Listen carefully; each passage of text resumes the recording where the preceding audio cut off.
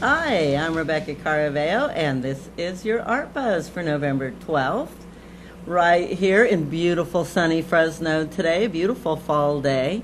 My guest today is Jim Kernan from Spectrum Art Gallery, actually long-term member at Spectrum, a wonderful fine art photographer who's having a new show that just opened last week. Welcome to Art Buzz, Jim Kernan. Thank you.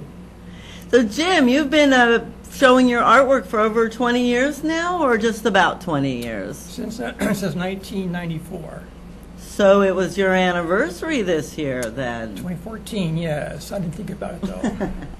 Wow. So you actually have been showing your artwork for very many years. Jim generally works in a large format, meaning what? You generally work in large format. This show is not large format that we're going to talk about. Well, I went from 4x5 camera to 35 millimeter digital. Oh, my goodness. Okay, so 4x5 is basically 4x5 film. The film is actually 4 inches by 5 inches. You only get 2 shots, right? One. Well, one on each side, though. Don't the canisters still hold 2? No. No, just one. Just one? Just one shot. Okay.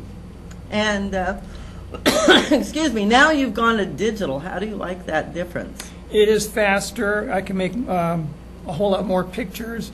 But the problem with that, if you're not careful, is that you become a lazy photographer and you take too many and you don't think of what you're doing, and you come back with 100 pictures, not one good. Oh, my goodness.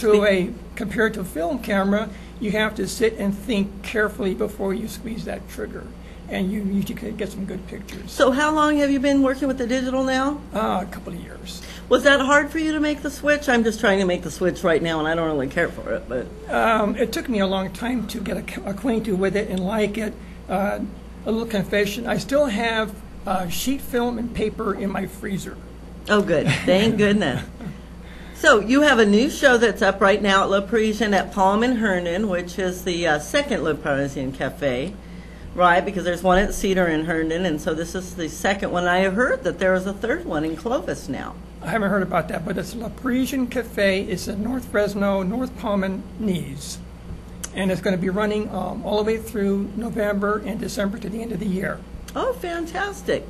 And Jim is actually married to a lovely French lady, and you do get to go to France a lot, which we all know is one of my favorite places to go. And while I'm speaking of favorites, of course, I am Rebecca Caraveo, Rockabilly Queen of the San Joaquin, and I want to thank John Clifton and Jake Finney for sending me out a song that really touched my heart.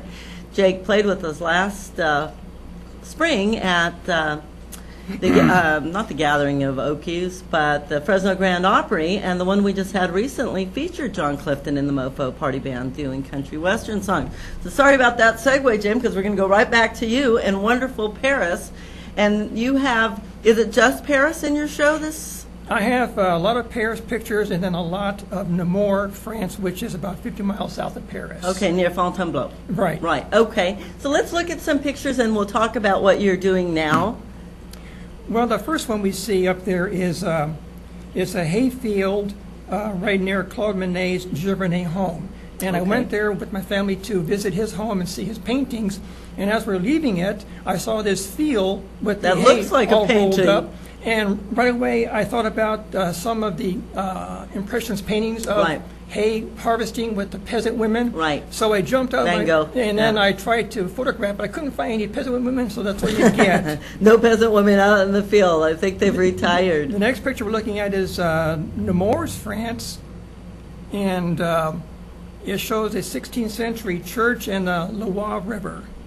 So the village is on the Loire. It is on the Loire River, yes. Okay, fantastic, beautiful. And this is the bridge near Gray. This was a bridge that was recently constructed. It was recently constructed to look like the original bridge hundreds of years ago, to go with the architecture of the village nearby. I love how they do that because their masons actually are schooled in that. That's why they can refinish the buildings to look exactly the way they did. This one is Ancient Hospice in Namur, and after the French Revolution, they made a lot of hospitals in France, and of course it turned to a hospice, and then from there it became City Hall. Hotel, Oh, my goodness. Hotel de Ville of Nemours. So, Uh-huh. and this is the Chateau of Nemours. It's a 12th century castle. Imagine 900 years old. It's still Right. there, and I'm And it is- wondering, no power tools. How do they build it? And that is what we call the Romanesque style. Oh, you got me there. For being very, very thick. The walls are like meters thick, and they were fortifications. Next is an original Metro Paris entrance, and they were made of cast iron and glass. There's a few remaining, and I found one and photographed it. Is this at Abbess? And what- You don't know, at Abbess. There's about 3 of them left, I believe. And I had an apartment in Paris, and outside one morning I was going for the boulangerie and some of my croissant. I ran into this organ player and a child on the street. Oh, goodness. So I just had to take a picture of him without asking him. So he wasn't posing, he was He just was doing not. his thing. The Eiffel Tower. Now, this one has an interesting story. It was built in 1889 for the Paris World's Fair by the engineer Gustave Eiffel. And it was built to showcase the new building material, steel. And with steel, you can build buildings taller, bridges longer, and they're steel bends where stone doesn't, so the wind doesn't have a factor there.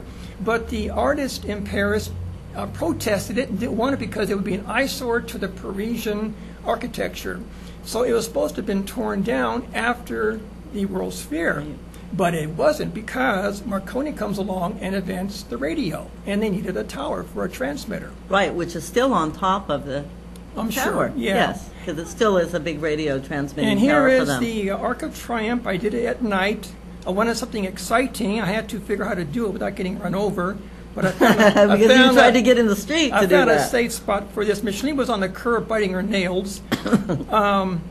But this was... Because the traffic is, that is what they call Place Étoile, and it is a star going around star-shaped road. Mm-hmm. 12 roads going into that roundabout around there. So that is a lot of traffic, one of the main traffic hubs of Paris. I caught the Eiffel Tower at night, and this was a 10-second exposure. And, Oh, my and goodness. While I had my camera open up for 10 seconds, strobes were going off. I didn't recognize this or didn't expect this, but they had strobes from the top to the bottom all twinkling, and I caught it. And I wasn't expecting that to Yes, happen. that is fantastic, reflecting in the river there. So your show is up through the end of the year, End of the year. and you've also did you just have a recent show somewhere else? It seems like my memory is failing M me. Street Art Complex M downtown. Street, yes. That was all my black and white work, which got moved. That place closed down, so I moved all my artwork up to Sierra Vista Mall. I have a large window display up there with most of my black and white work there. Oh my goodness. And Okay, that's so a- you have 2 places. So remember, Jim Kernan at Le Parisien Cafe at Palm in Herndon, or you can go to Sierra Vista Mall. I'm Rebecca Caravelle. You can follow me on Facebook, and I'll be back next week with some more Art Buzz. Thanks for watching. Back to Chuck.